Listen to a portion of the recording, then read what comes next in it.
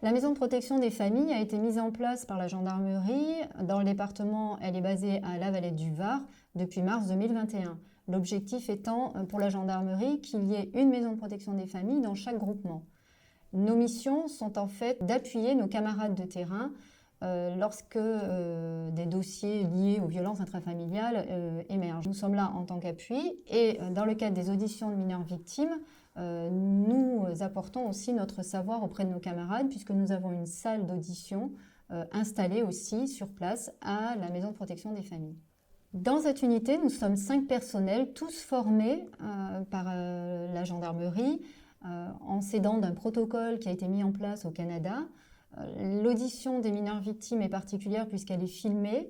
Nous sommes amenés aussi à nous déplacer puisque nous avons une autre salle dans le département au centre hospitalier de Draguignan qui s'appelle en fait l'unité d'accueil pédiatrique qui a été mise en place cette année, qui est pourvue du même matériel que nous avons donc sur place à la Valette du Var.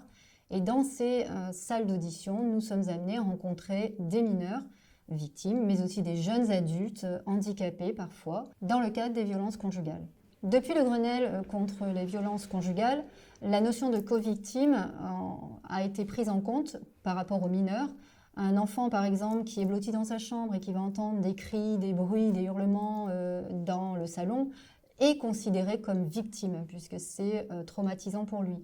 Donc cet enfant sera entendu, pris en charge par notre unité, dans un cadre bien particulier puisque la salle d'audition est équipée d'une caméra qui va filmer cet entretien.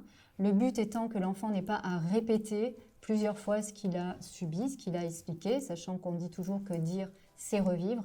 Donc l'enregistrement sera rendu aux enquêteurs en charge des dossiers, donc des camarades de terrain, qui effectueront la poursuite de l'enquête. Le plus dur pour nous dans le cadre des auditions de mineurs victimes, c'est la mise en confiance. Il faut savoir qu'un enfant, lorsqu'il arrive, il est traumatisé. Il est censé donc discuter dans des locaux qu'il ne connaît pas, avec des gens qu'il ne connaît pas, de choses qui ne sont pas forcément plaisantes à raconter. Donc on essaye de faire en sorte justement d'alléger tout ça en mettant en place des locaux adaptés à cet accueil. On laisse à disposition par exemple des peluches, des jeux. On a aussi cet avantage au sein du groupement de gendarmerie de permettre un accueil extérieur, c'est-à-dire que l'enfant ne va pas passer par les bureaux des gendarmes. Il y a donc une entrée directe dans nos locaux.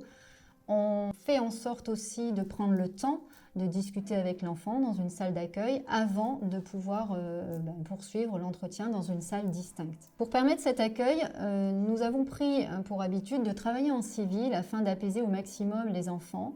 Et nous avons donc fait en sorte d'installer un décor dans la salle d'accueil qui, a priori et d'après ce qu'on nous dit, ressemble plus à une crèche pour enfants ou une école qu'une salle dédiée gendarmerie. Par ailleurs, nous avons mis en place tout dernièrement, à titre expérimental, encore une fois pour faciliter cet accueil et surtout cette mise en confiance, un chien d'assistance émotionnelle. Donc l'enfant va pouvoir être accueilli par un chien. Alors bien évidemment, on va demander avant l'autorisation au civilement responsable et on va aussi demander l'autorisation aux mineurs concernés.